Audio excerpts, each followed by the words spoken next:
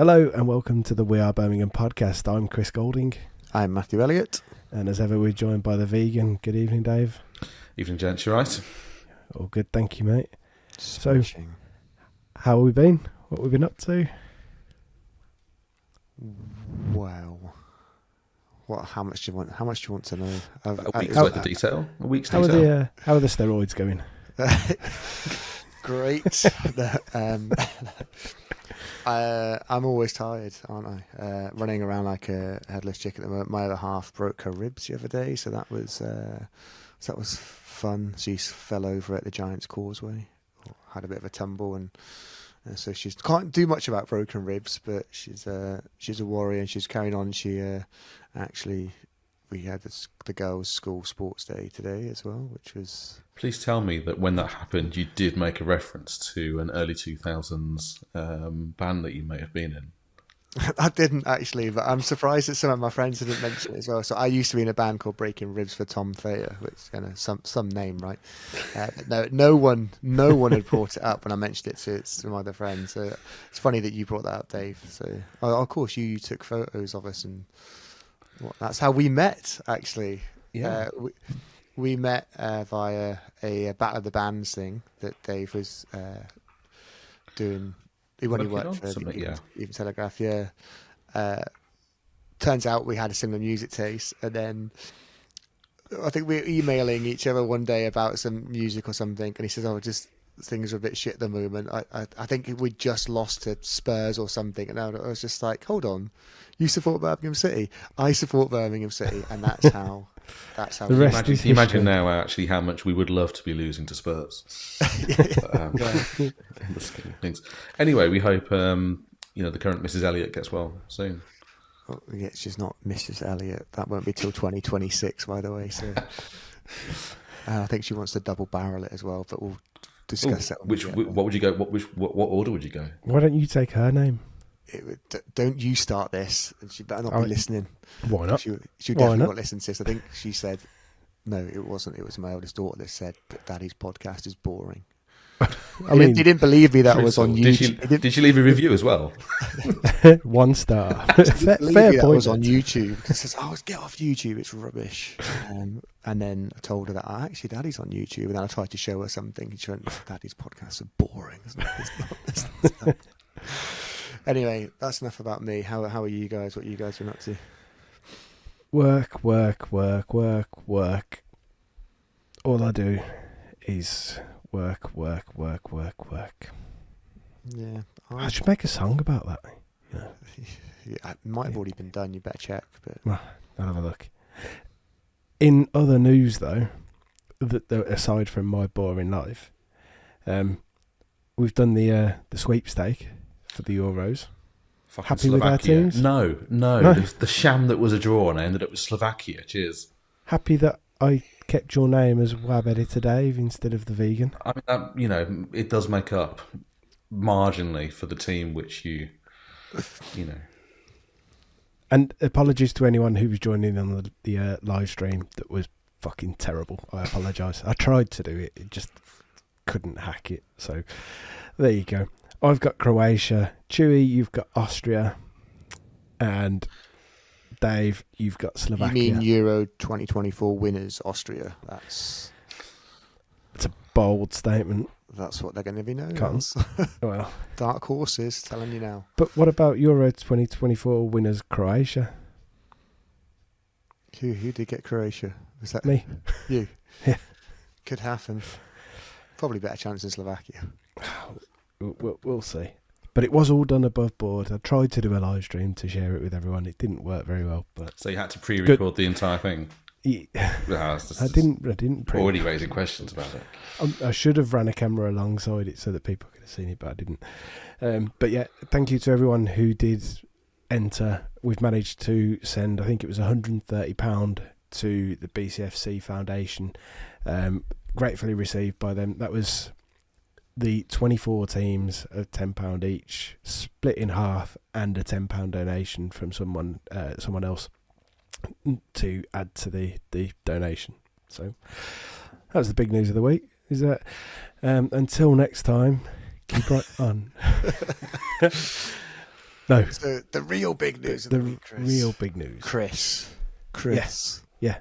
Chris. What? No, Chris. Chris, yeah. The other what? Chris. Oh, Davies. Yeah. Did you Now forget his Birmingham's name? most important Chris. The most important Chris since Chris Houghton. Well, I was still counting you as the most important Chris, but yeah, fine, fair enough. I'll take that. We have a manager, what felt like about a month, which was actually about just over 2 weeks. Chris Davies. Yeah, no one had mentioned him, have they? I don't think. I don't recall anyone ever mentioning him anywhere. Certainly not on this podcast. No.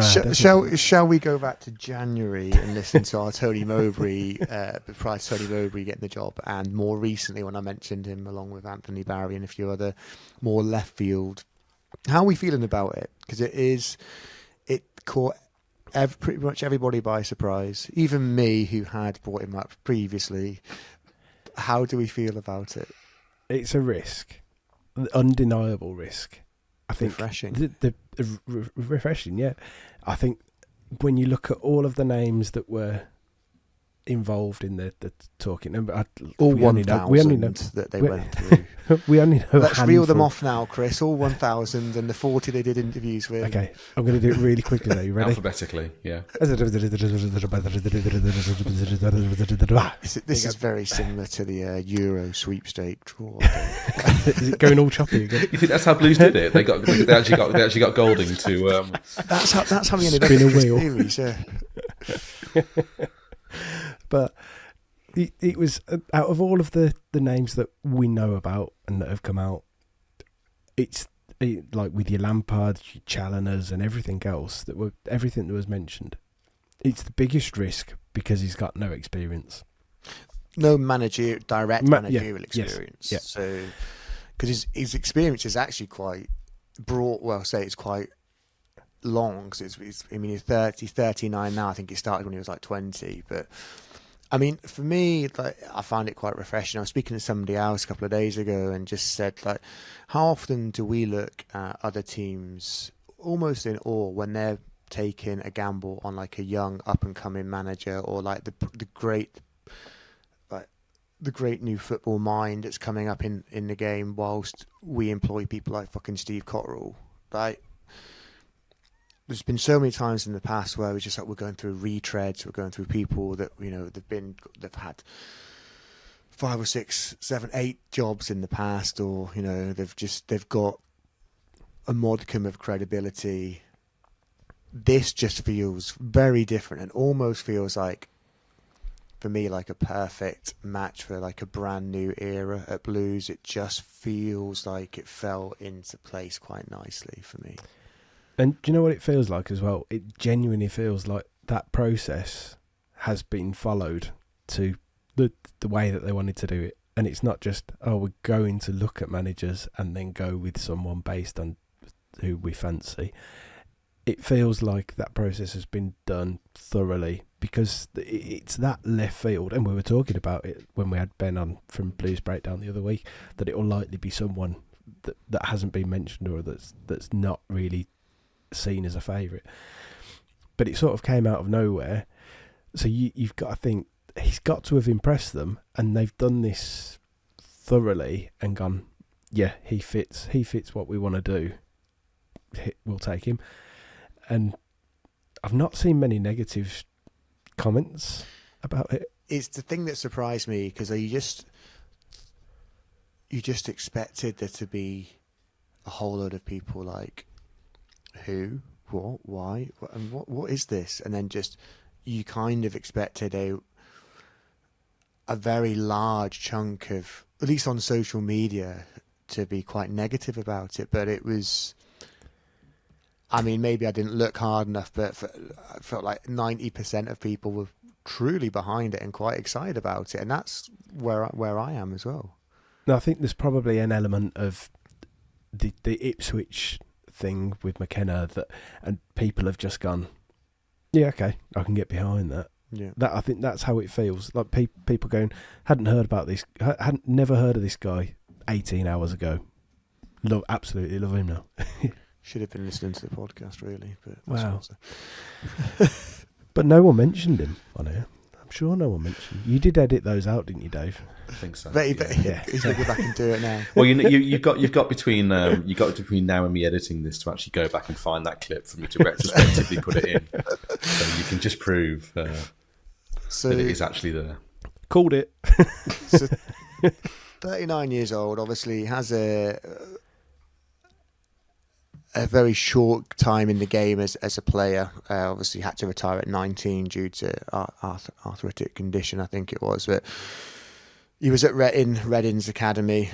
I think he was close to breaking through, wasn't he? As well? He was just about to break through. I think at that time, Brendan Rodgers was actually at Reading as well, and that obviously was quite pertinent going forward because he obviously struck up a relationship with Brendan Rodgers for the future. So when he retired from the game, he did go over and play football in New Zealand and played for a couple of teams there and did some coaching there as well with, I want to say it was Bobby Gould and maybe was Jonathan Gould the goalkeeper, I think.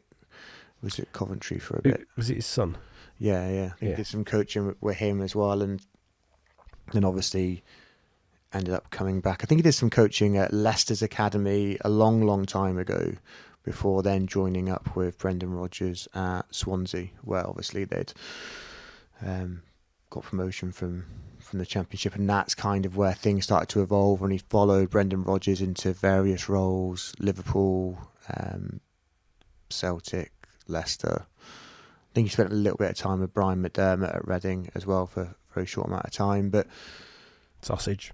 If you read sausage rolls, if you read the Coach's Voice article, or Sky articles, or Rob Tanner's article, Rob Tanner, who's going to join us later on for a bit of a chat around Chris Davies as well, Rob Tanner from The Athletic.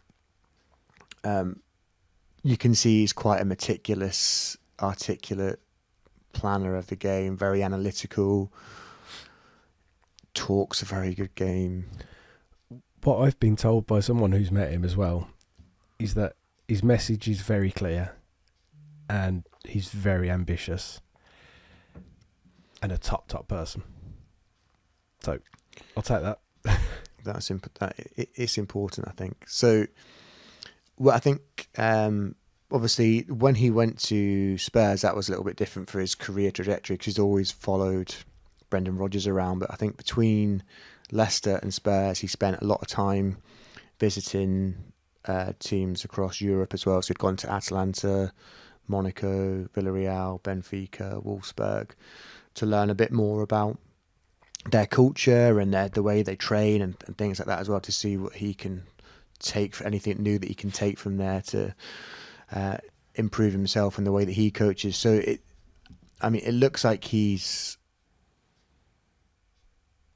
very, very keen on developing himself and making himself better as well, which I think is always a very positive sign. I think it kind of matches the kind of person that Knighthead or Tom Wagner would be impressed by. So it's easy to see why he was probably... Compares himself to Pep. Did he compare himself to Pep, did he? Or that sort of... To a degree, in the way that he thinks about the game. Mm. He has this extension about dominating the ball, but with... dominate the ball with purposeful possession and high intensity pressing, but have some form of make sure there's always a structure to it or something, was one of his quotes, was it?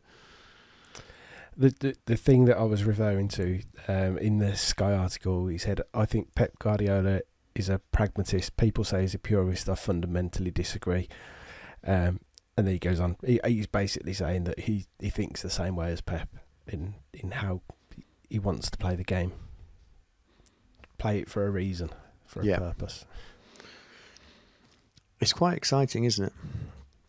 To have someone like this, as opposed to, say, an Alex Neil or a Paul Heckingbottom, who, as I said before, would be fine with Paul Heckingbottom. Would have been okay with Alex Neil, but this just feels new and exciting. I'm quite intrigued to see what he's going to started work today, as Blues are quite keen to tell us. That might be yesterday. It might have been yesterday. No, it might be yesterday. By the time you listen to this, or the next day, who knows? Or the next day, yeah. Monday. He started work on Monday, the 10th of June, 2024. There you go.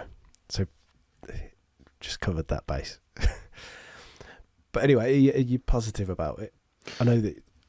I think you're probably a little bit over. I am, yeah, because obviously when we first heard about it, we were messaging before it really sort of started to leak out. I was quite behind it, wasn't I? And I said I've convinced myself that he is the man for the job. I want him, and other people in the chat. Disappointed if it's not him. Yeah, and other people in the chat were maybe not as excited about it, or. I'm excited about it now. But at the time, I think everyone thought it was just like, meh, or a bit of a gamble. It's the risk side of it, and the risk side of it is still there, and he's not been a number one, and that's where he's not had that experience. And it's like, I think we mentioned it last week, going into next season, we're going to be the team that we go up against them, and they either want to beat us or they don't want to lose to us. They sit back, try and counter us. We've got that without any experience. We were talking with Ben last week about managers that have got experience of playing a certain way, being the big fish in a small, being a big fish in a small pond, being a big fish in the league, being the minnow in the league, and like, which way do you want to be? And now we're talking about a manager who's got no experience of anything as a manager. Yes, he has been involved in a management team, but not as the number one.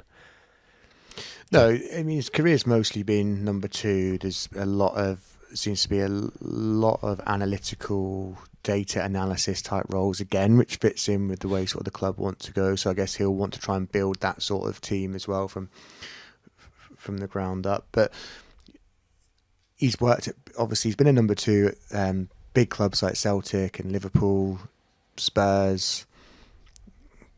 I think we'll leave it there for the big clubs. But he's obviously worked with quite big players and big names and probably big characters as well. So you'd assume that he has the man management skills and the ability to hold the room and communicate with these players and get his message across, as you said there, sort of clear and concise, get his point across and get people to buy into what he's doing. At least that everything I read about him makes me feel that that's the type of character he is, and I think he will be as a manager, or at least you hope he will be as a manager. Obviously had a bit of experience handling media at Celtic and at Leicester as well, so he's done that side of the game. You guess this was Celtic. Their press up there in Glasgow can be a little bit cutthroat, so he'll be used to Alex Dickens' really tough questions on a Thursday morning. I'm only joking, Alex. Love your work. Well, before we get into any more, should we get Rob on?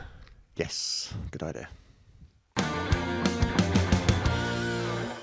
And it now gives me great pleasure to welcome Rob Tanner, who covers Leicester City for The Athletic. How are you doing, Rob? I'm good, thank you, guys. Thanks for joining us. Yeah, good to be on. Thank you very much. So before we get into speaking about Chris Davies and what you know about him is, we thought we'd just give you a chance to for you to tell the listeners and viewers a little bit about yourself, your background, and any other interesting facts that they might pique their interest. I've been a journalist since the late 90s in my hometown. Started on the hometown paper, the Tamworth Herald. Then around 2007, I went and joined the Birmingham Post and Mail for a couple of years. Unfortunately, covered Birmingham City's relegation under Alex McLeish that year. And then I moved on in 2009 to the Leicester Mercury, and I've been covering Leicester City for 15 years now. So I've seen some amazing things, some highs and lows, and every year it's there's been something interesting, something to write about, something to talk about. So And I'm also a Birmingham City supporter, so I know you guys know that. I had that shirt that Golding's got behind him, 23. Oh, this one's actually the We Are Birmingham supporters shirt. Is it? But it's a bit of is it a replica of that shirt? Yeah. Because I remember when that come out, I thought that was god awful. Yeah, so that's actually the shirt that we play in now as a supporters. Oh, is it? Yeah, I can remember watching Graham Potter playing that shirt. It's a legendary shirt, so we had to go with that. Yeah. Good stuff. So I'm guessing you've had your ear to the ground recently with Leicester City's own managerial search or goings on since they've been without. I forgot his name for a second. Then Maresca. He's obviously Enzo. Yeah. I mean, it's refreshing actually to be talking on a podcast that isn't a Chelsea one, because since he went to Chelsea, obviously there's been a massive amount of interest in him and his background. There seems to be a bit of a trend going on at the moment in terms of clubs looking at number twos as viable options for number one positions. So, and obviously we're going to talk about Chris in a minute, but it's been a busy time. It always is. Leicester, there's always, as I said, there's always something going on, and at the moment they're trying to find the next manager to come in. I think it'll be somebody of a similar ilk. They'll go for somebody with that philosophy.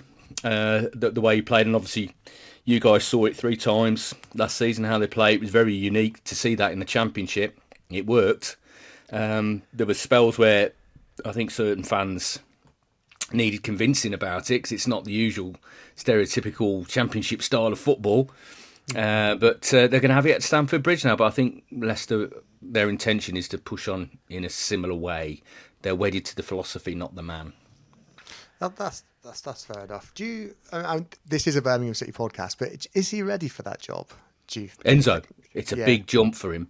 Yeah. We haven't got to know him for the last year. He, the one area that he, I mean, obviously he knows football inside out. He's an absolute anorak when it comes to football. He spends all his time watching it. The most thorough manager I've ever come across in terms of his preparation. Be at the training ground 6-7 o'clock in the morning watching video and analysis and data dives. As soon as he got the job at Chelsea, he was requesting all the data and all the players, not just the first team, the under-21s as well. So, he's incredibly thorough. But it is a big step up, and I think the one area that he struggled with a little bit initially was the media. Now, obviously, in the Championship, there's only... I'll put it this way, at Leicester there was about 3 or 4 journalists, and there was more media staff from the club in the room for press conferences. It's going to be totally different at Stamford Bridge, and see how he handles it. I just thought it felt to me balmy, but we'll see how he gets on, because the brand. He's a very talented coach, though, Matthew. He's very talented. He's got the players there. He's got no excuse. I think the squad's obviously a little bit bloated, maybe. But and let's be honest, if it doesn't work out, he's made for life anyway. So. Well, yeah, exactly. Yeah. I think he already was. He's played for Juventus, yeah, 6 months time though, and he's got about 10 generations that are set for life, hasn't he? Yeah, exactly. So on to the matter in hand. Then, as I said, it is a Birmingham City podcast. So obviously, Chris Davies was. What did you call him? Brendan Rodgers' most trusted lieutenant, I think, was your Athletic article from a few years ago. For any Blues fans who haven't read that, it's still available on the Athletic, so I do recommend reading that, a little bit more insight on our new manager. What was your experience of Chris while he was at Leicester? Understand he occasionally did some media duty, so I'm guessing you'd come across him a few times. What was your just general experience with him, and how did you find him? And yeah, he did do the media after Caribou Cup games. Brendan would take a break because Brendan was very good with the media. His press conferences would be 45 minutes long. Some people might say he liked the sound of his own voice, but he always gave very thorough answers to questions. So, and there was always a lot of interest in it. But Chris, used to come through, and my impression of him was that he was very professional, a good talker, very intelligent. As I said in that article, his history goes way back to Brendan's early time at Reading. And he was the under-19s captain. And Brendan was just making his way in, because a bit like Chris, Brendan's career was cut short. He never made professional because of injury, of a long-term sort of issue.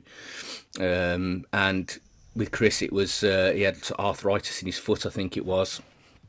So he was a very talented player at Reading. They had high hopes for him, but he was advised to retire around 1920. And then when he started to get into coaching, he did a sports science degree at Loughborough University in Leicestershire, and he started to get, because he's from Watford originally, Yep. and he started to go down the coaching badges route. And I think Brendan took him under his wing very early on. He started as a football analyst. I mean, he's very thorough on that side of the game, analysing the opposition, tactical preparation for games as well. He was very useful to Brendan in that sense. But he wasn't like at the forefront of things. You wouldn't see him in the technical area. He wouldn't be out having a go at the fourth official. You wouldn't be running out to share his wisdom with Brendan. He only sort of spoke when Brendan came to him on the bench and asked him. And what he would used to do in games was used to sit with a monitor next to him. So he was straight away seeing what was being beamed down from the sports analysts in the back of the stand. And then he would be passing that information on to Brendan. So he'd only really speak to Brendan if Brendan came over to him. Very much an understudy, doing an apprentice, doing his preparation. But I think, speaking to people around the club over the last few days, it was always his ambition to step out of Brendan's shadow and become a number one in his own right. Yeah. And this is his first opportunity. So from what I can gather about him, he will be determined to take it. He won't slack off. This will be his big opportunity. So I think he's going to give it everything he can, and I believe he's already started work today. Yeah, yes, the today. club tweeted something today. We're desperately hanging on for a club interview at some point, and we've been waiting for that for a few days now. Because he'll be a good talker. He won't. That impression. Yeah, he'll deal with every question that's fired at him in a very professional way. He's not a particularly emotional guy, from what I can gather. Calculated. Yeah. Well, he's a sports analyst, so everything's calculated, isn't it? And forensically assessed and stuff like that. So, and from what I can gather as well at Leicester, but I mean, Brendan was very hands-on in terms of training, but Chris used to get involved as well, and he was a good coach. The players enjoyed working with him. He had a good rapport with the players. So hopefully, I mean, it does need sorting out at Birmingham. I mean, I did cover them a little bit this season, especially when Wayne Rooney came in. And at the end of the season, unfortunately, I didn't get to enjoy the promotion party at King Power Stadium. I was sent to the relegation at St Andrews on the last day of the season to see what was going on down there on that day. But of course, you'd rather be at St Andrews. Not on those circumstances. I've been there before, relegations on the last day. Who hasn't? As a Birmingham City supporter, we've had the fair share of relegations over the years, but after a relegation comes a promotion. So hopefully we'll have a couple coming up in the near future, because it's the strangest thing. It was the most Birmingham City of Birmingham City things to do, to get relegated finally, just when there was hope around the club. And that was what that's what I took away from that day. I come away and people weren't somber. They were like, okay, hopeful. It's a step backwards, but we're on the right path, we think. And after years of having anonymous owners, the mysterious Mr. King and all this going on, the crumbling stadium and being the laughing stock of, them lot down the road, the gift that keeps giving to Villa fans, aren't they? Birmingham have been over the last few years, to finally see people with a little bit of pride and enjoying themselves. Even though it was, they won, but even though they got relegated, they were like, okay, we'll have to come back from even further behind now then, but at least we think we're on the right path. And we've seen it now with the investment around the stadium and the plans across the road for the Wheels site.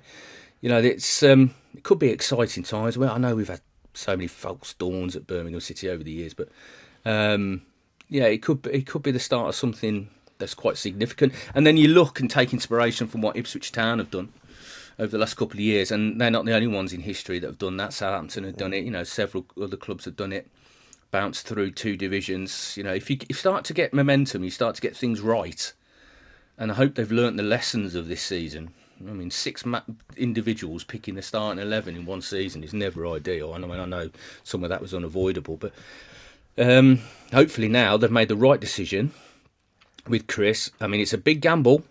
I think to be honest, the biggest.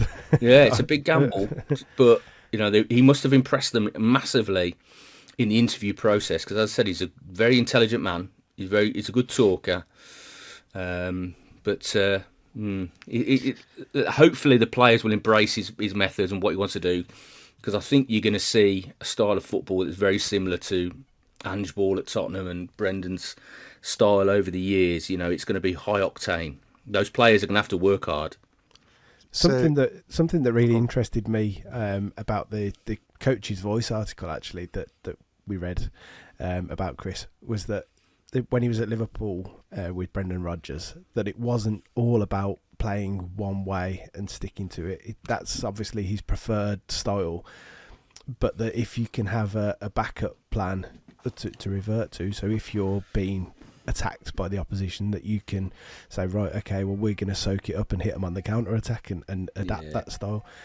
A good example of that was Brendan went to Man City, and I think it was during the COVID, when the game restarted after COVID, because there was no fans in the ground, and they put 5 past Man City at the Etihad, and they played solely on the counter attack. They sat so deep, soaked it up, and then just broke with pace and put 5 past them. And that was probably the height of when Brendan's systems and his influence at the game at Leicester City was working so well.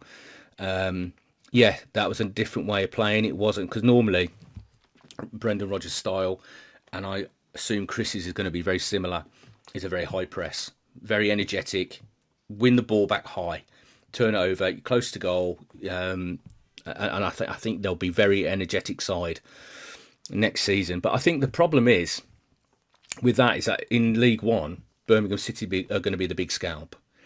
So everybody's going to be set up a bit like Leicester last season in the Championship. Everybody's going to come to St Andrews, or it was King Power this season, and sit deep and invite them on, and hope the fans will turn and get frustrated, and then they can feed off that, and then they can start picking little counter attacks off and causing problems. So it would have probably been better for Chris if it was in the Championship in that sense, because teams would still come out at them. But in League One, it might be a little bit different. But then I think if they were in the Championship, perhaps he wouldn't have got the opportunity. Yeah, you're right, actually.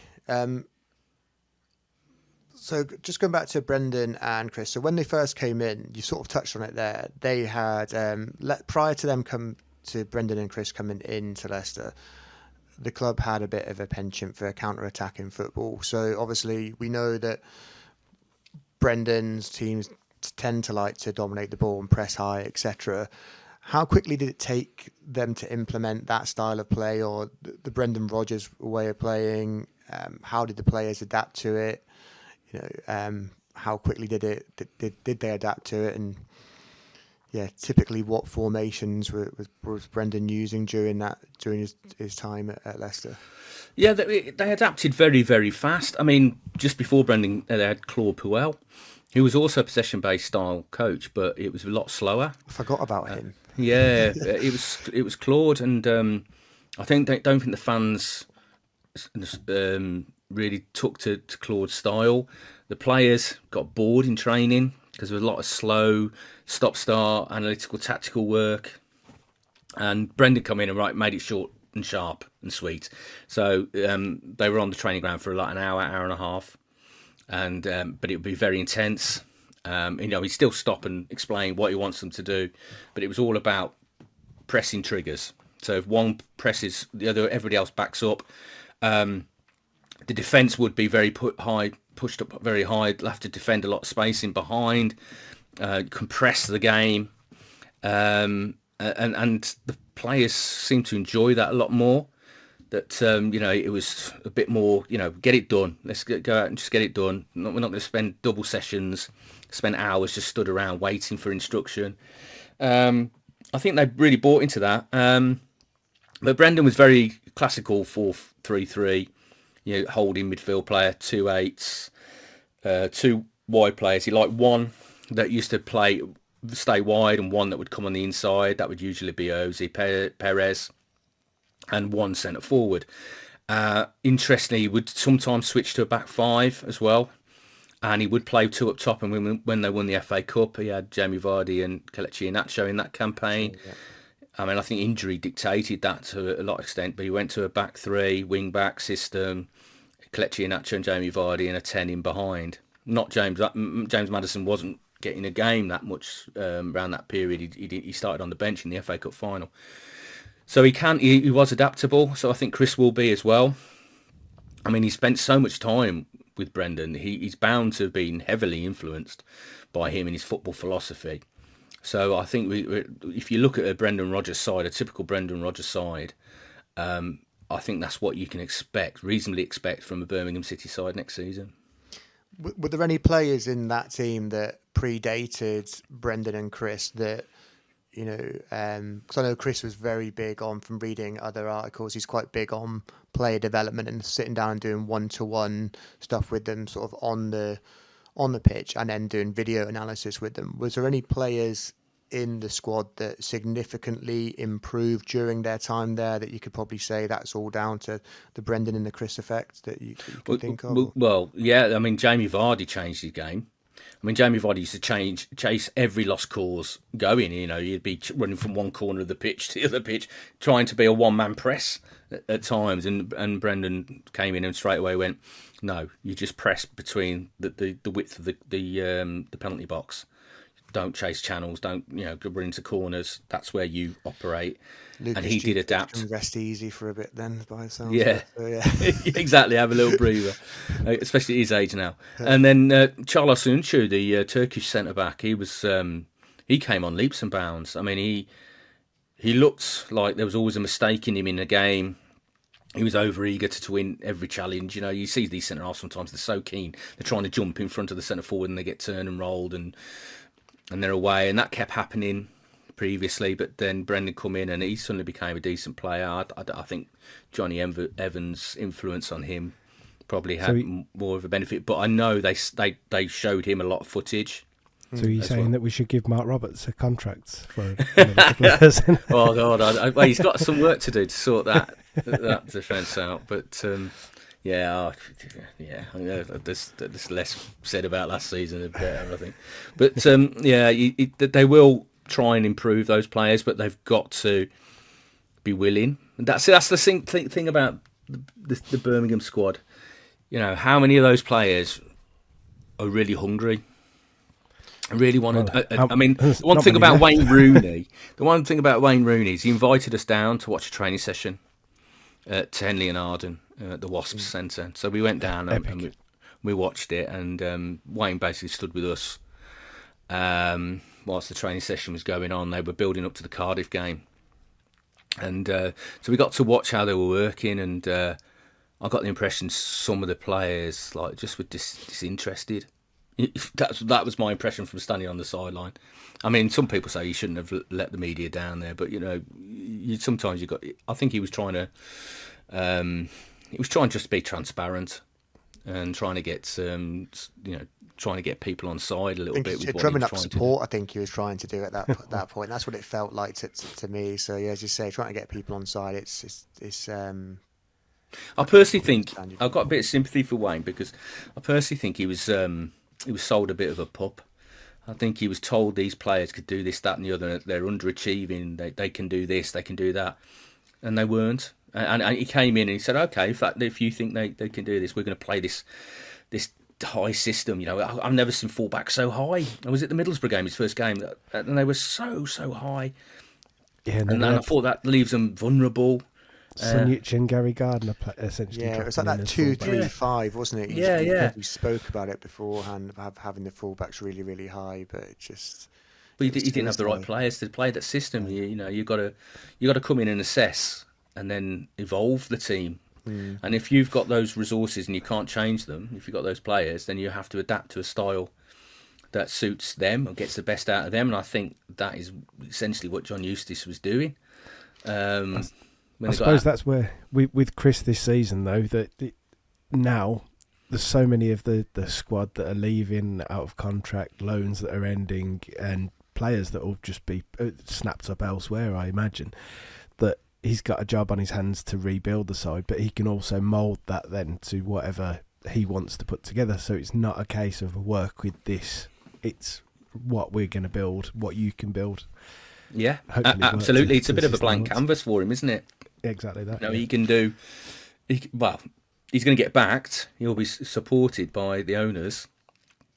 I don't think the profit and sustainability rules are quite as tight in League One as they are in the Championship. No, 750 million, we've been told. It's going up. It's going up again. going Chris. This has I gone think up there will every podcast for the past 3 or 4 weeks or so. So how much the war chest is worth now? Yeah, I think there will be significant funds. I think, well, certainly it's going to be the biggest budget in League One.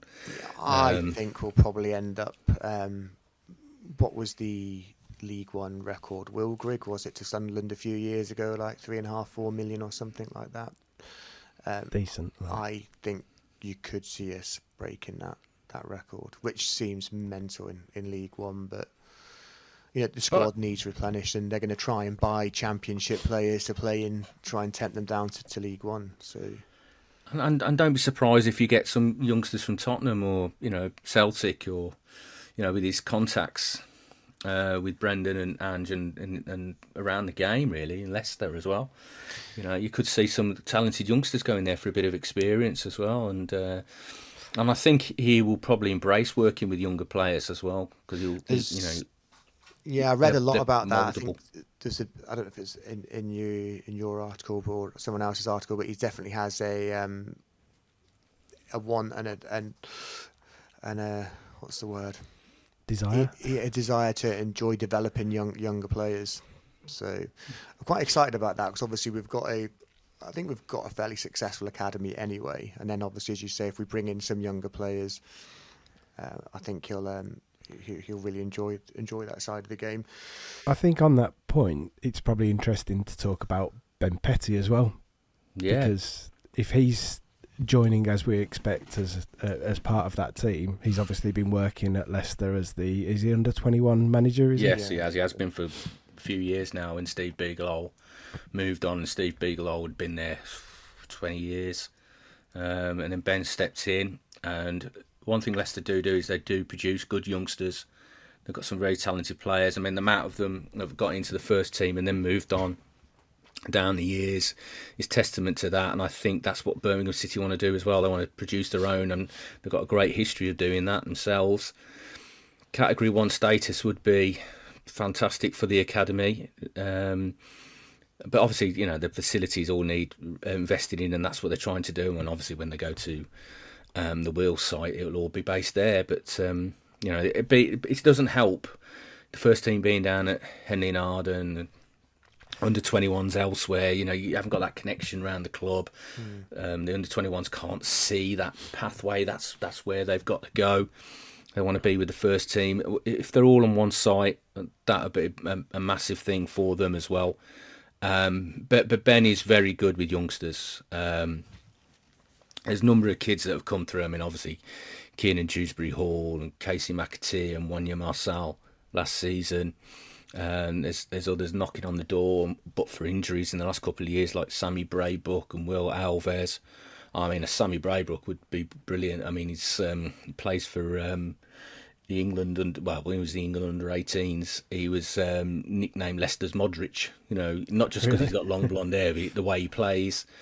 He could be somebody that could need a good loan after coming back from an ACL. So.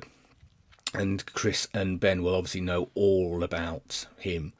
There's others like Ben Nelson, who's currently playing with the England under-21s. So there's some talents around that they will be aware of that they can bring in and work with. And Ben is a Brummie as well, so he knows all about the club. And I think me and him were the only ones with this sort of accent down the club. So whenever I interviewed him after an under-21s game, it was, I think people needed a translator. But he's an interesting one if he comes in with Chris. Yeah, so if the listeners that aren't aware, that we believe Ben Petty has handed his notice in at Leicester, and he is due to join Chris Davies at Blues at some point. I don't know. It's an interesting move, though, isn't it, Matthew? Because sometimes when you're a rookie manager coming into your first job, you want somebody with a bit of experience behind you. But obviously they're very close. They've got a relationship. They can bounce ideas off each other. But there's not a lot of experience there. I mean, they still might bring an older head in potentially. I'm not convinced that Ashley Cole sticks around the coaching staff, and I think Pete Shuttleworth may go as well. So I think there's going to be room for maybe a couple more coaches to join his staff. You'd think he's on a 4-year contract. He's going to build a squad for League One for the Championship. We hope. You'd think he's going to have full autonomy over his coaching staff, and I'd imagine that Ashley Cole might want to move on as well. Anyway, but we'll see. An older head, I think a lot of people have said it. We would expect him to bring someone a little bit more experience in. But there's been no rumblings of that. We heard the Ben Petty thing pretty early on, but nothing else since. Yeah, I think it would be advisable for him to have somebody that he could just bounce off a little bit in terms of handling players, because as he's not been a number one before, he's been the number two that all the players have gone to. They go to the number two before they go to the manager. And if there's got any issues, any gripes or groans, he's had to deal with that. He's had to be that conduit. Now he's the number one. Ben will obviously have to be that conduit, but he needs somebody he can bounce things off as well. With that in mind, have you got any? Is there anything you've heard from other players or other coaches about Chris's man management, his style of man management with players at all? Very approachable. Very very approachable. I mean, people liked him. They enjoyed working with him. They felt they could deal with him, trust him. That's a big thing as number two. Players want to trust the number two. So they don't want to just have somebody snitching about them to the manager. They want to be able to confide in him, and I think he was very good at that. I haven't come across anybody, and I knew when I knew I was coming on this show, I asked a few more questions. I haven't come across anybody who's got a bad thing to say about him. He's driven, he's ambitious. But he was prepared he's got no baggage as well because he's still quite young. So exactly. He seems like a decent guy. I mean, I've only met him a few times, but he seems like a very decent guy, a very good operator, good coach. At Leicester, Brendan took a lot of the sessions himself, and Chris would dip in and out, but he also put on sessions himself as well. But towards the end, Brendan was stepping back a little bit. And trusting him to take sessions, and I think the players enjoyed those sessions. I never heard anybody complain about his sessions. So it's just whether he can bring that authority. When you're the number two, the book stops with the number one. So now stepping up to be the number one, he's got to have an air of authority about him. He doesn't want the players thinking they can get away with anything. They've got to be committed to his cause. So that would be the big test for him. Do you think he will have that? He's got that command within him, because obviously you sort of touched on it earlier around the Wayne Rooney training session, and you thought some players weren't buying into it and maybe weren't interested. Obviously, we saw prior to Rooney, John Eustace got buy-in from the players. It looked like that when Gary Rowett came in, he got buy-in from the players. Tony Mowbray obviously had some form of man management skills that had got everybody buying into it. Yeah. Do you think Chris is on that side of the fence, or? No, he's got to learn. Yeah, he's got to learn. I mean, Tony's got years and years of experience. What a shame that was, because that Blues wouldn't have gone down if Tony had been healthy. Yeah. Absolutely not. I mean, I when I said about I went to the Birmingham Post and Mail, I covered Albion probably the most of any of the clubs around here during that time, and that was when Tony was playing this certain style of football there with Robert Corran and Jonathan Green in, and there's some really talented footballers there, and they were playing wonderful football. I mean, it was aimed at him a criticism that they overplayed at times, and he didn't have a defensive midfielder. But this was typical of his philosophy. People were saying You need a defensive dog in there, and he was saying, well, okay, so if I get this dog of war that it's going to snap and bite and win tackles and win the ball back, but what happens when we've got the ball and he can't play? We're playing with 10 men. And so that was his philosophy. It was all out football, and it was enjoyable to watch. But obviously years and years of experience of dealing with people, dealing with players, and his man management was excellent. A bit like Nigel Pearson at Leicester when I first started. I mean, Nigel wasn't particularly great sometimes with the media, but the players would run through a brick wall for him, and that's why they went back to him the second time as well, because of the amount of love that was down the club for him. So Chris has got to learn all this, and this is the thing when you get a rookie manager in. They are energetic and enthusiastic. They're going to put total commitment to the cause, but you've got to give them time to learn as well. I mean, as Enzo last season had to learn about the media, about the demands of being the number one. He would see it from afar with Pep Guardiola, how he deals with the media, and he tried to deal with it in a very similar way. But you've got to be your own man ultimately, and I think he will be eventually. But Chris is now stepping out of that Brendan Rodgers shadow. I mean, I thought it was a really good move for him to go to Tottenham and not just keep following Brendan around, and to have a different experience with a different number one. He probably would have learnt a lot from that last season. So he's got lots of experience in coaching, lots of experience of being around top players, lots of experience about those sort of environments. Now, can he step up and bring something to Birmingham City as the number one, the main guy, making all the decisions? The buck stops with him now.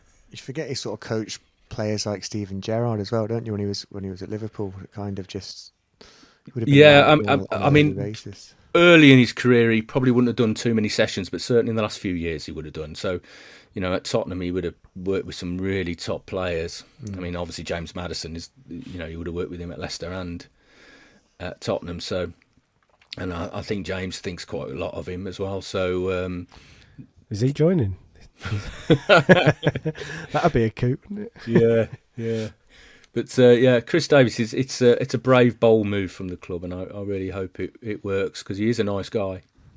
It feels to me when I was reading different articles on him that he's obviously got this just energy to want to keep on developing, and it seems that the kind of football he wants to play and his ambition does align quite nicely with what Nighthead want to do with Blues moving forward. There's definitely some sort of symmetry there between them that I think it makes it feel like a good fit. But I don't know if I'm just being a happy clapper or not. But they've obviously interviewed 40-odd, or spoke to 40-odd people. They looked at, as they say, 1,000 different CVs or whatever. Well, whether or not that's strictly true, I don't know. But for them to get to this point with Chris Davies, when they've gone through manager CVs that had promotions, and they've got genuine data on the way certain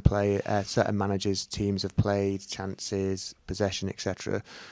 As you say, this is a risk, but based on the stuff we know about him, just from articles like yourself and the coach's voice and the stuff on Sky, it does feel like a good fit to me. And they were obviously impressed with the way he's delivered himself to Wagner, to Cook, to Gardner, to Mike Rigg. It feels right, but I don't know if I'm just years of just crap has made me feel it's just hope. I don't know, but from what I understand, he interviewed incredibly well. And he's a very articulate guy. You'll see that when he starts doing the media. He would have impressed them with his knowledge of the players there. He would have done his homework. As I said, he's an analyst. That's what analysts do their homework. So he would certainly have been very, very well prepared for that interview. He would have seen it as his big opportunity. That enthusiasm would have come across in that interview. And I mean, they probably learned from the fact that it brought Wayne Rooney in, like, just to bring a big name in and to play this no fear football, which was just like a crazy phrase. I mean, that put pressure on straight away. I was at the press conference when Rooney was unveiled. We said that straight away. It just put pressure on. I mean, and somebody said in the press conference about no fear football, and Gary Cook was sat next to Wayne, and I just looked at Wayne, and Wayne just like pulled a face, went, "Oh, Yeah. I could have done without that," that phrase. And Gary Cook like embraced it. Oh yeah, no, this is what no fear football is, or fear-free football, or whatever it was. And I just saw Wayne looking around, going, "Oh, I've got to deliver this now." His cap. yeah, his cap. I've got to deliver this.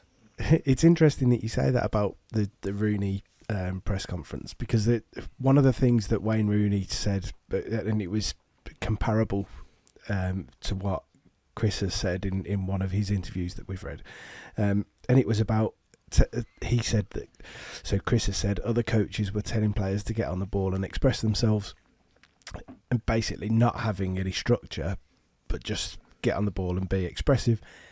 And I'm sure that Rooney said that about the Blues players. They've got to go out and express themselves, get on the ball, express themselves. Whereas Chris has said it's organised structure and being very organised in the way that you play and pragmatic about it. So it's sort of a similar the true sense of vibe on how you pragmatism want as opposed to what most people in football seem to think is pragmatic. Yeah. Well, modern football is more structured now. Yeah. Absolutely more structured. The way modern coaches and managers, certainly the young ones coming through, the way they play. I mean, going back to Enzo, I mean, he did his thesis when he was doing his qualifications on the comparison between football and chess. You know, the movement of your pieces and how that sets up the opposition, and then you can go in for the killer blow.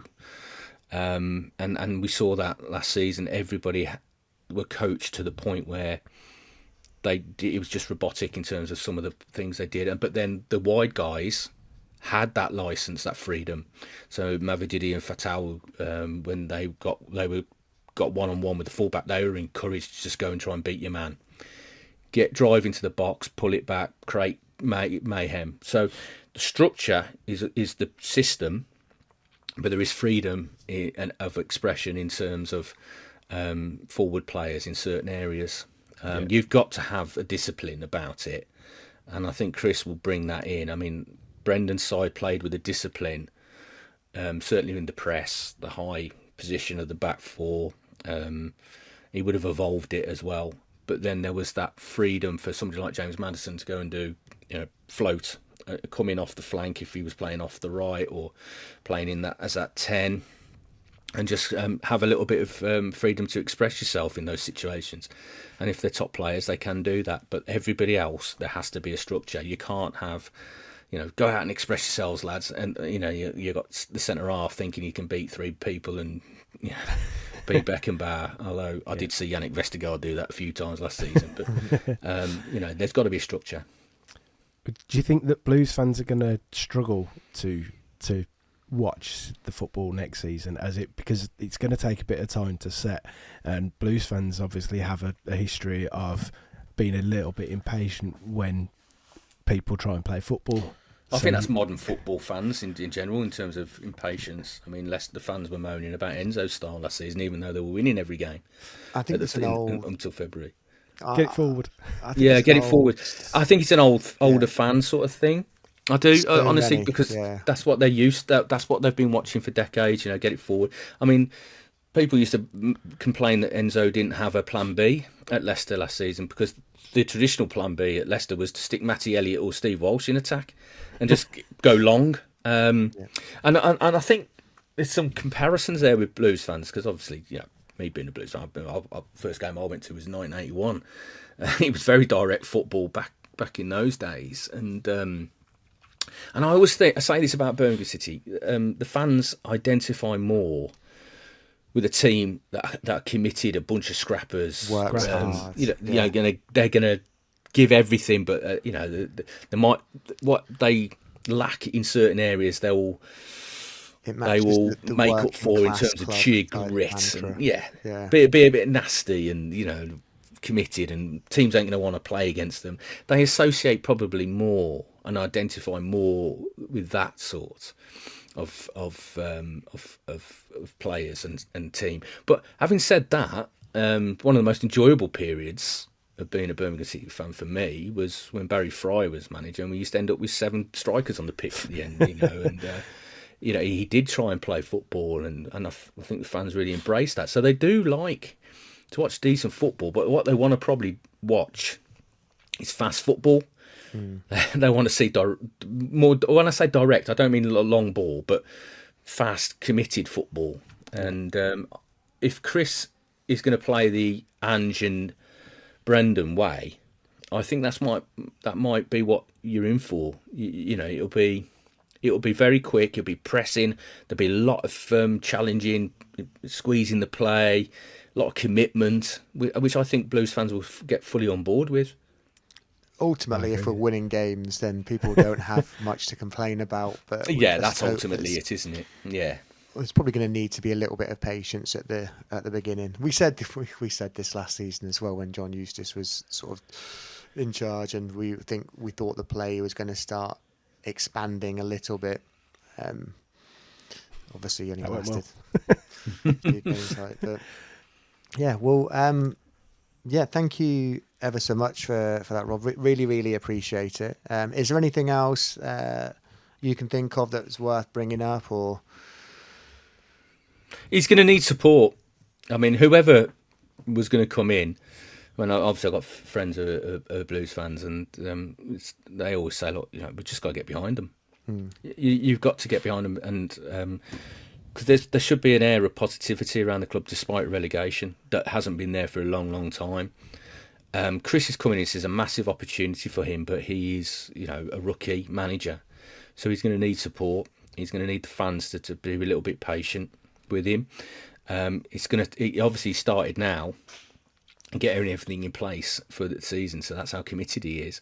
So I just think that the supporters just really, the decision's been made. He's the manager, and they've got to try and back him now and back his team, whatever form that takes next season, because I imagine there's going to be a lot of work done on it over the summer, and pre-season is going to be huge, but there will be blips, but they've got to stick with him. It's been far better received by our fan base than I was expecting it to be. Do you think that's because it's fresh, it's new, it's not the stale, same old names going around? It's not a retread. It's not someone, you know, as you say, it's the same old names. And we've pretty much tried everything else, haven't we? So doing, I was, in one, yeah, exactly. You know, it's something completely original now. Yeah. I mean, this is a guy that didn't have a professional career himself, but he's been doing his apprenticeship for a long, long time. Yeah. So this is his time to step out from behind the curtain and be the main man in the spotlight. I think for me, looking around as well, it was probably the most uniting name that was mentioned of everyone. There was like Alex Neil was mentioned, and like half of the fan base were going, no, don't want him. Half were saying, like get him in. And all of these different names went around, and there was like a real mix. And as soon as Chris Davies was announced, it was like, I've not heard of him before, but love him. And everyone united on it, and it was just like, it was mental how well received it was. I mean, Paul Heckingbottom was one that I thought, well, he could probably do a decent job. But again, that divided everyone. Yeah, it did. I mean, again, speaking to my mates, like, you know, you wouldn't get anybody like, but Chris, because he's such an unknown quantity, they're all like, okay, well, let's see where this goes. I think a lot of people probably see the Ipswich McKenna thing and say, right, I can see what we're trying to do. Yeah. He's got a lot of experience of working with good teams, good players. And like even the reference that Ange gave to him from Spurs as well, and he's only been there, a year? It's like glowing reference. Like, yeah, go on. So fantastic, really. I think we're in we feel very positive about it. I'm excited. It is exciting. I sometimes do get excited this time of the season, but when we're not playing. I do, but yeah, I'm quite excited about it. Well, there's no baggage with him, is there? Because there's no negativity behind him, because it's his first job. So, you know, it's all fresh and new, and like, let's see how he goes. But I just think that fans just need to get behind them a little bit, you know, just be a little bit patient initially. I mean, there's a lot of sorting out to be done down there. There's a lot of deadwood that needs turfing out from that squad. You know, players that just, I got the impression that a lot of players had checked out pretty early on last season and never got back on track. So he wants those sort of characters out, and then bring in players that are going to match his enthusiasm and hunger, because that's what he'll bring to the party. He hasn't got experience, but he'll bring hunger and enthusiasm and dedication. We just want buy-in from the players. He's going to have autonomy to build this squad as well. So I think it's going to be a very different looking team at the start of August. It's the start of August when League One is the start of August, isn't it? Or the second week in August, I think, potentially. But August. It's going to be a very different looking team. But as you say, hopefully the players buy in, they're committed to him, and we can turn this thing around and start building for the future properly again. So, Rob, where can people find you on? I'm still calling it Twitter. I'm not going to call it X. So, where can people find you? What's your handle? My handle is Rob Tanner LCFC. As I said, I've been covering Leicester for 15 years. I joke that Blues are my first love, my first fumble under the jumper, so to speak. But I've been married to Leicester City for 15 years, so I'm Rob Tanner LCFC on X. So you might change that if Blues get promoted to the Premier League and Athletic are looking for a Blues reporter. Yeah, when Leicester got relegated from the Premier League and Coventry were in the playoff final, I think if they'd gone up, I would have been Rob Tanner CCFC for a season at least. How do you? So one last one from me. When it comes to Blues versus Leicester, where do you stand on that? Do you sort of have to check out a little bit, or do you? Oh yeah, I mean, I've been doing this for a long time. I'm very good at hiding, desensitizing. Hiding my emotions and getting too involved in the game. Because when you're watching a game as a journalist, you're thinking of angles, you're thinking of headlines, you're thinking of your intro. What's the topic that you're going to pick out of it? As soon as a goal goes in, you might all be celebrating, but I'm watching the replays, or I'm thinking, where did that start? What was the analysis of that goal? And so it's very different being up on the press bench. I haven't been to a game. Oh, I tell you, the last game I went to was just as a fan. I took my nephew to Blues Norwich a couple of years ago when they scored in the last 5th minute of added time or something like that to win, and that was the last time I actually sat but I still, even then, I find I can't release myself to be just a fan, just to watch a game. You still when the goal goes in, you go, where did that come from? Where did that move start? And and you start looking around for the replay monitor, and you realise you're in the main stand, and there's nothing but the old wooden seats and stuff. So it's very different. But when Blues played Leicester last season, I mean, my fortunes as a journalist are very much tied to Leicester doing well. So it was a very strange one. But obviously, I knew what was at stake for Birmingham as well. I think the only game I could properly enjoy was the FA Cup one, which Blues should have won. I mean, first half, been out of sight in the first half. They had created 4 or 5 really good chances in the first half, and they should have been out of sight, but just so wasteful. And that's the name of the game, isn't it? Putting the ball in the back of the net. If you can't do that, then you're not going to win any football matches. But it was an interesting experience. The El Tanicos, as they were dubbed at Leicester, Rob Tanner Derby. Thanks very much then, Rob.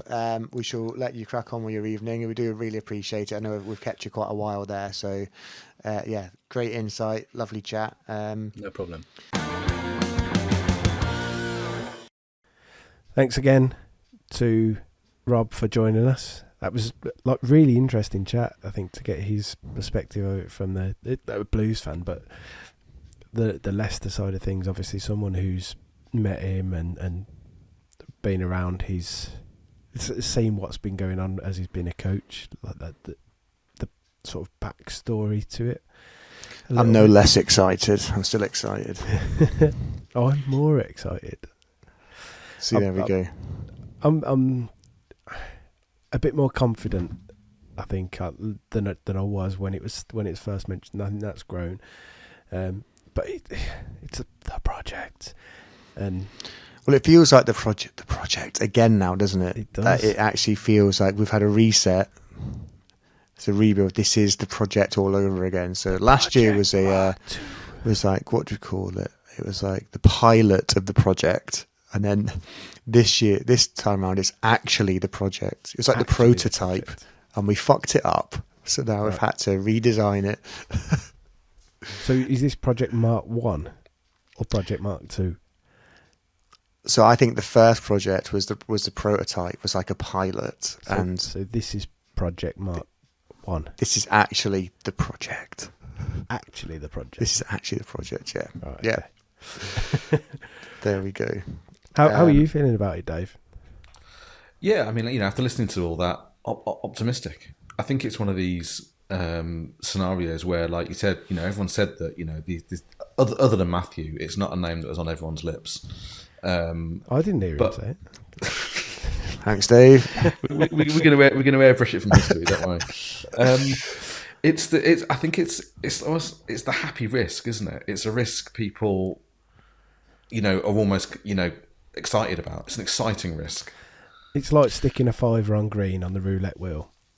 There's only one space on there. You'd never do that, though, would you? You'd never do that. Don't tell me you're one of those people that go in and put all your money on green. This is the same guy that puts £5 is not all my money, Dave. So here's one for you then. So 4-year contract, right, which is a little bit longer than I was probably expecting. I'm sure there's probably stipulations in there as well. Let's make no... What did Steve Bruce say? Let's make no bones about it, Chris. No bones about it. His remit will be get us up at the first attempt. You're going to build Gary Cook has said he's going to build a championship ready squad in League One. The remit is going to be get promoted first attempt. What if we don't? Well, shit. Okay, so there's probably some tears to this, isn't there? So, mate, if we don't get promoted at the first stage, actual tears. Yeah. Hey. So yes, right. So if we play good football but actually only finish in the playoffs and don't go up, does he keep his job?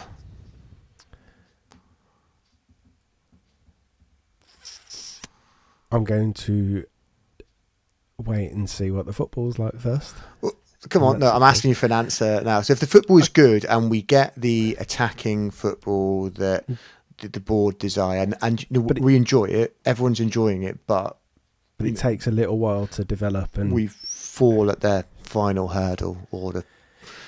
I'm going to tell you yes. Stick with it. Yeah. What if it's working? If it's clearly working by the end of the season, then you roll with it and you go again.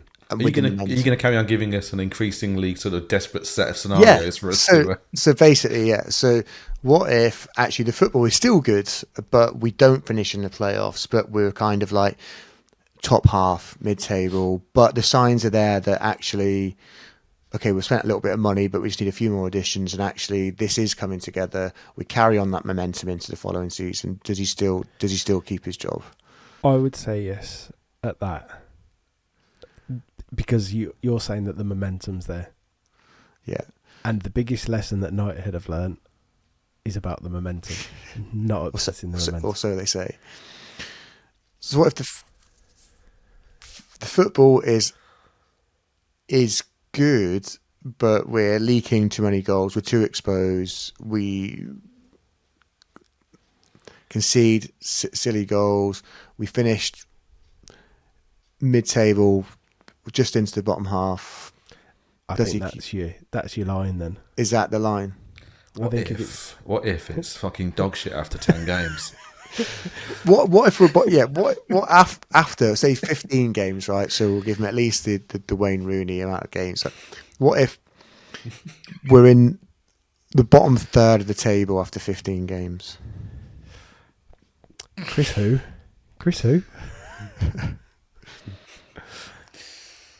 Then we blame you for talking about it in January. So, that's it. Blame me. I'll take that. Look, we've got to be patient. We have to be patient. But if it's in that situation after 15 games, I think it's going to need reviewing, isn't it? Especially if it's shit. If it's shit and it's not working. But I don't believe that that's going to be the case.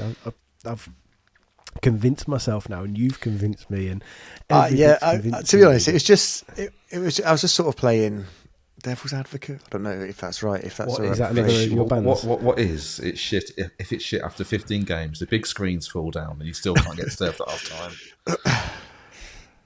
They're not jacking it in. But with everything that he says about the game, the way he wants to play football, his desire to always looking to improve, and do you know what else? Nighthead. I'm just going to jump in there.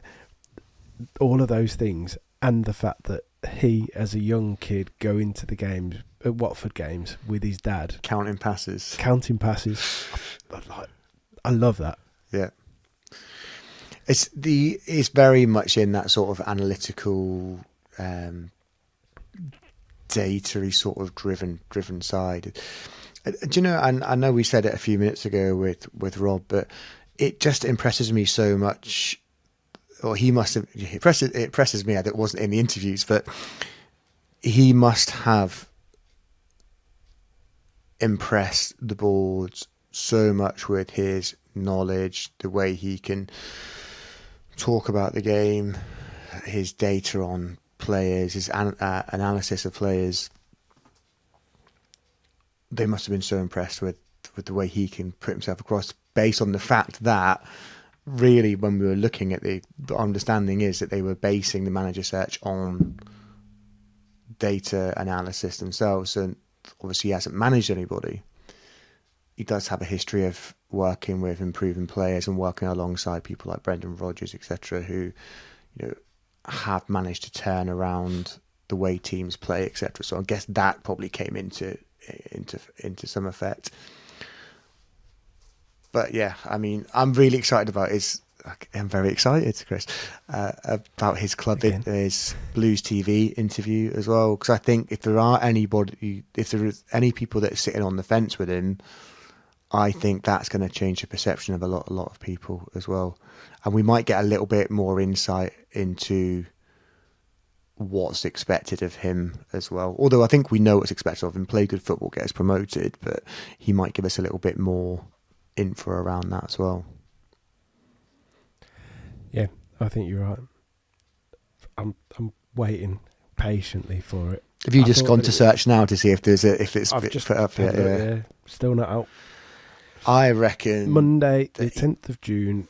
He started today. Maybe has the interview this afternoon at some point. He'll edit it and maybe put it out tomorrow at some point. Yeah, I think it was probably done today. You think so? Wouldn't you? Bit late to put it out now. And you've waited this long, you might as well put it out for a decent reach for the socials, earn a bit of dough, get them impressions in. So anyway, part of the job that he's got to do is the rebuild. We of the mentioned squad. That with Rob. Yeah. A few names. Well, let's talk about people that were offered deals at the end of the season first. Current squad. We believe if a guy on Twitter is to be believed, and why wouldn't he be? Because he's just a guy on Twitter who met Duke, posted a picture of himself with Duke and said, just met Duke in Solihull, was it? I think he said. Says that we should have a manager soon, so that was right. Mm-hmm. But I mean, I think that was more in hope than anything, wasn't it? Well, and logically, we've got to have a manager soon, unless you're Sunderland, of course. Also, that he's around next season as well, and that he's staying. So that's one of the contracts that we assume is right. Then I was told that Ruddy. I'm not 100% on this, but that Ruddy had rejected his contract, which was something that we sort of expected might be the case anyway.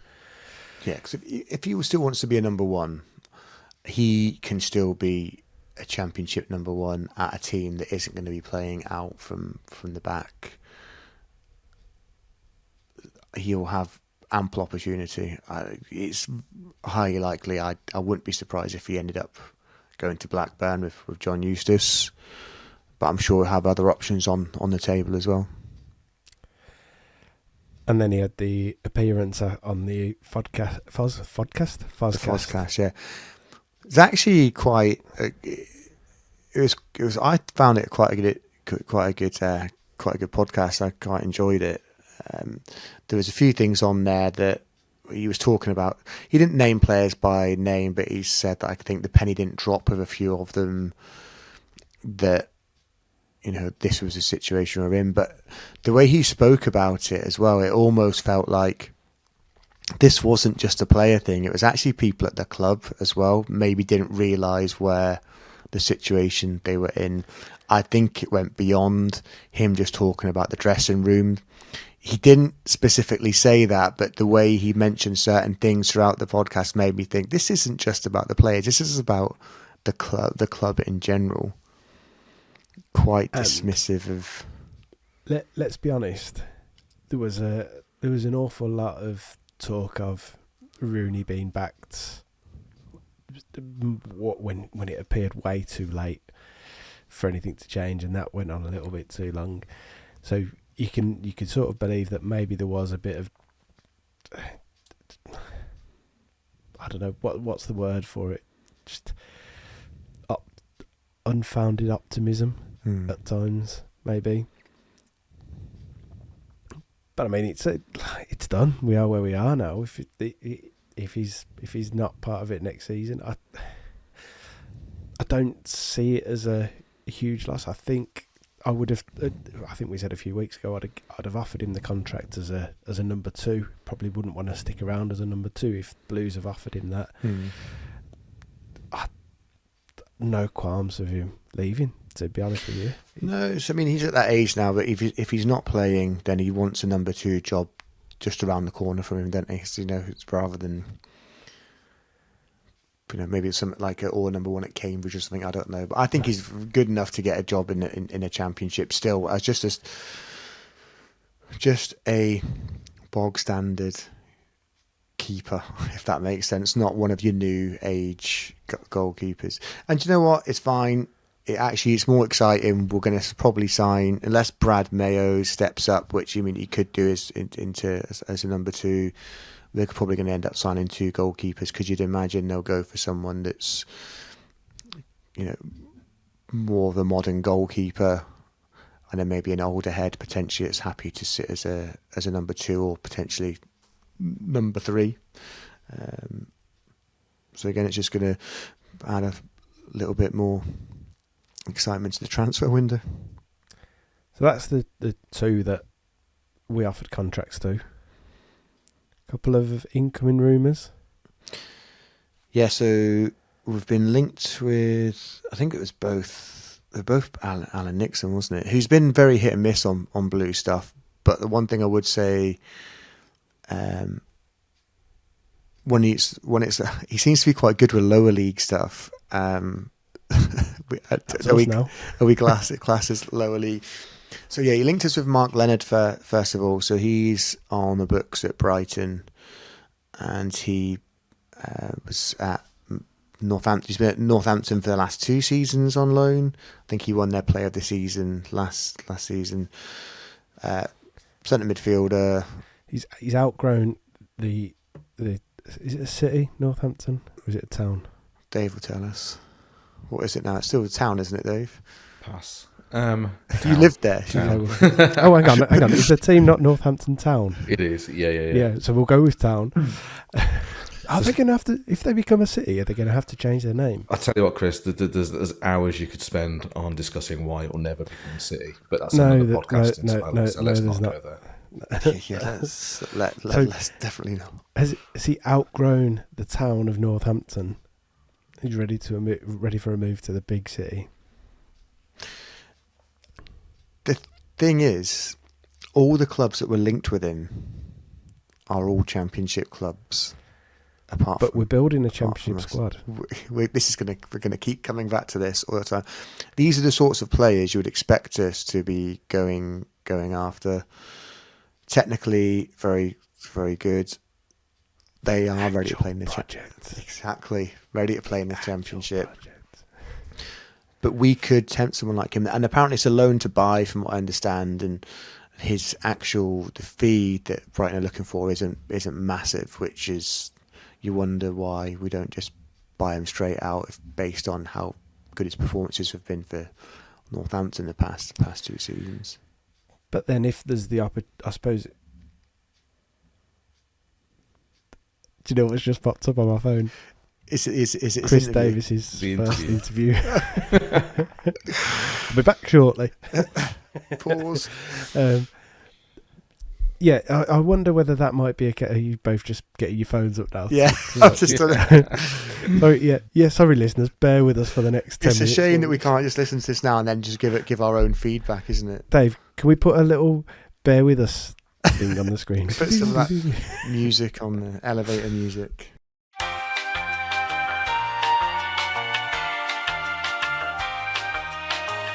So, still excited? Yeah, very. I mean, he's excited too. He said it numerous times. See, I reckon you're about an 8 or a 9, maybe even 9.5 in 4 beers' time. So my mate mentioned the other day. My mate mentioned the other day that he talks when he talks a bit like Mike Skinner, which Barnet, Watford, about 20 minutes difference. And now I can't unhear that. So I heard that whole thing in like a Mike Skinner sort of. See, I can hear that now. I could hear Scott Parker and also an old manager that I used to have who was from down that way as well. Actually looks a little bit similar to him well. Do you remember the Scott Parker Dry Your Eyes? Yes. Thing? Yeah, there we go. I've got a feeling we might see something like that this season. But the one bonus is he can say Birmingham. Yeah. It's not Birmingham. Whether he's been coached on that before coming in, I don't know, but always a good start. Any takeaways from anything that stuck out for you? I think he speaks really well, and he's got. I know it's a multi-camera setup that they've got for the interview going on, and they're going to make him look good. But he comes across like it doesn't seem like his first job. It obviously not his first job, but his first management job. He comes across like he's got leadership qualities. It feels like it. So we talked about how Mowbray had that sort of calmness about him, but he was a leader in that way, and I can sort of see vibes of that. Whether that's just me being super optimistic at the moment after the first interview and him being here, I don't know, but positive for me. There's some interesting comments there about feeling uncomfortable about being in League One, like feel uncomfortable about being in there. But as someone who's been around the top leagues and in Europe, in Britain, I can understand that. Yeah, no, I think it's a driver. I think it's using it as almost like a driving force. Like we feel uncomfortable, we need to get out of here and get back into the Championship. It's an interesting way of phrasing it. Obviously, there's a lot in there about mentality as well. Whether or not that was on purpose, I'm not sure. But he mentioned about having the right mentality of the players, the right character on and off the pitch as well.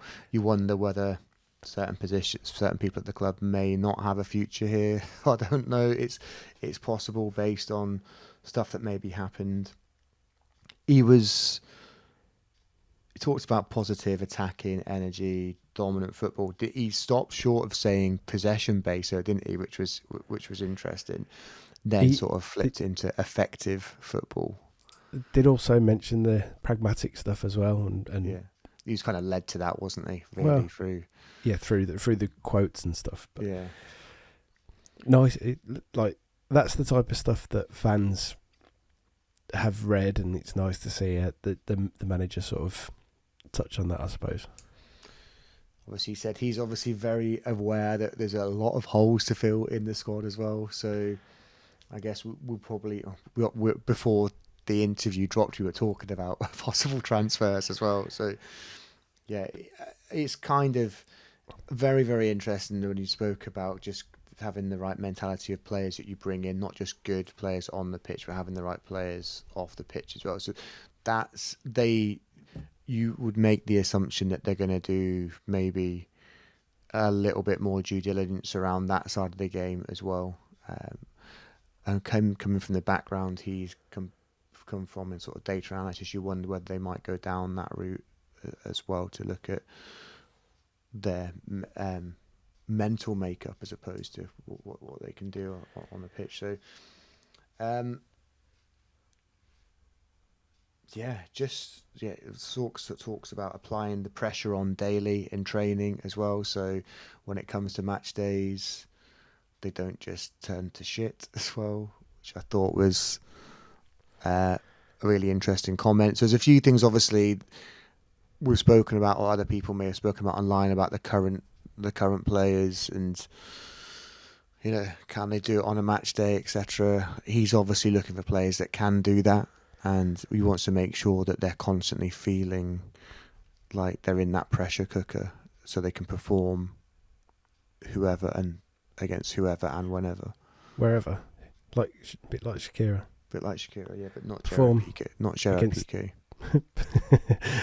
Perform against whoever, wherever, whenever. We're meant to be together.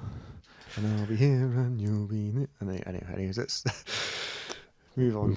How do I know that? That's concerning. Banger. Hang on. No. What? Anyway, should we go back to the transfers then? Well, I was just going to say about he mentioned about getting the fans on board and buying in and make sure everyone's pulling in the same direction. And the quote there about someone just play that? Very, very difficult to stop.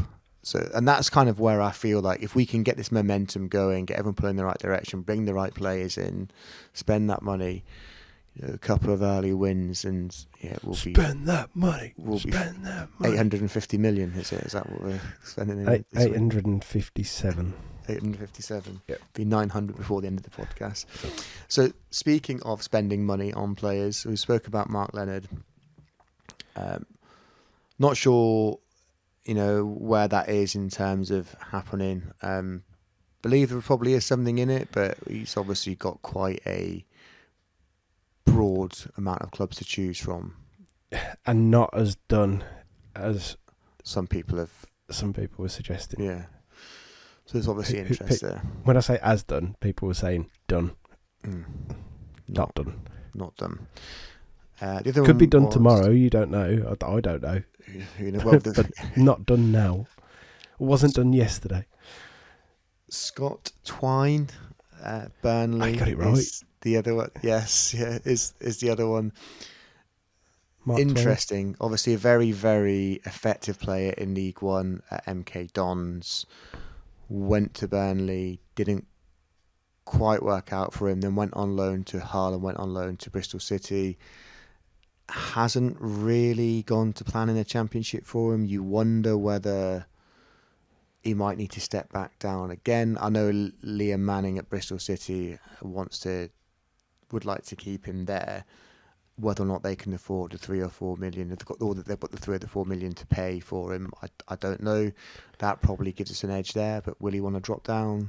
Will he want to work for someone else? Obviously, wants to join the proper BCFC. The real BCFC, and the project as well, potentially. No. The actual project. The real project. So we'll see what happens there. I think he might end up at Bristol City, but we've also got about 5 of that type of player at the moment. An attacking midfielder under 5'10". We've got a few of those that could be very, very effective in League One. How many of those stay? We will wait and see, because there might be more squad turnover than we realise. Yep. But at the same time, I think there's quite a number of these players that they'd like to try and keep in the squad as well, despite what other people might. It's also worth thinking that he's only arrived today.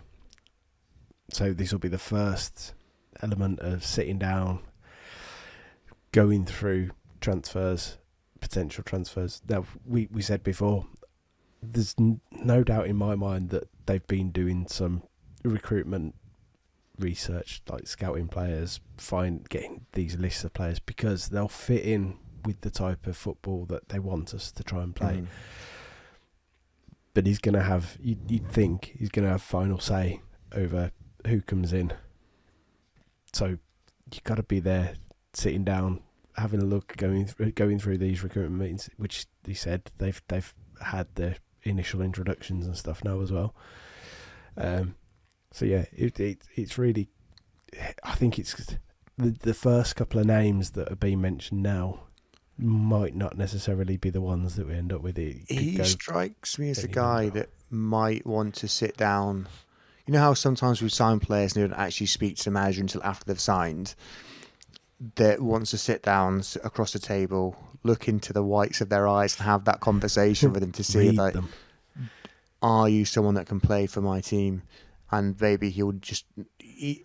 from that interview, it kind of strikes me as maybe someone that's would like to have that little bit of control or that human touch to make sure that we're getting the player that he wants and will work for the system. Aside from that, then, we done? I think so. Yeah, we don't need to talk about the Trevor Francis Memorial game against Rangers, do we? Really? And join a side of whether you're happy about it, sad about it, angry about it. I don't really mind at all, to be perfectly honest. But I mean, I won't be going to it because it doesn't fall. I'll be back. I'll be over a couple of weeks after that for the start of the season, hopefully. So, as it happens, my missus is working that Wednesday, so I won't be going either. Unfortunately, I'll be dadding. But you know, I'll get to go to see the new screens and stuff in action for when the real ball comes out. When the real ball comes out. So we'll be back when there's a few bits and bobs to talk about. I suppose it's going to be a week or two before. Yeah, I mean, you never know. Could be next week. Yeah, I'd imagine the coach and staff will start filtering through this week. We'll probably just package that up with a couple of signings or something. I think we're expecting Ben Petty, definitely. He said in that interview that he'd maybe bring 2 or 3 people with him. So, I mean, beyond Ben Petty, we don't know anybody else yet. So it'd be interesting to see. He said people that he'd worked with before as well. So I suppose you can sort of have a look at previous clubs, and I'll have a look tomorrow when I'm supposed to be working and see if. So does that mean that Brendan Rodgers is coming in as number 2? Can you imagine that? I'm gonna have a look around and see what if there's anyone I can fathom out. But yeah, I imagine that'll start coming together pretty quickly because they're going to want teams going to want to work together, aren't they? He's saying in that interview that they want to prepare for the season, and the next few weeks are where they're going to do that. So, like you say, it's got to happen quick. Yeah, I mean, they'll be back in for testing in 2.5 weeks, probably. And he said that the next 3 weeks or so are key for getting back and getting fit, because they're obviously going to be give all the players plans and stuff, diets and whatever while they're off as well, because that'll all change. Well, you'd think, but we'll see. It's I'm now that I've seen the interview, it's my excitement levels of like up. Yeah, I'm excited. I'm feeling really positive about the future, and it's going to be keep saying it's going to be an exciting few weeks. Loads of transfers probably happening before we really get into pre-season, start filling the squads, and there'll obviously be a few players that go, but yeah, it's looking good, I think. Right, let's leave it there. We'll be back when there's something else to talk about, and until next time, keep right on. Keep right on. Keep right on.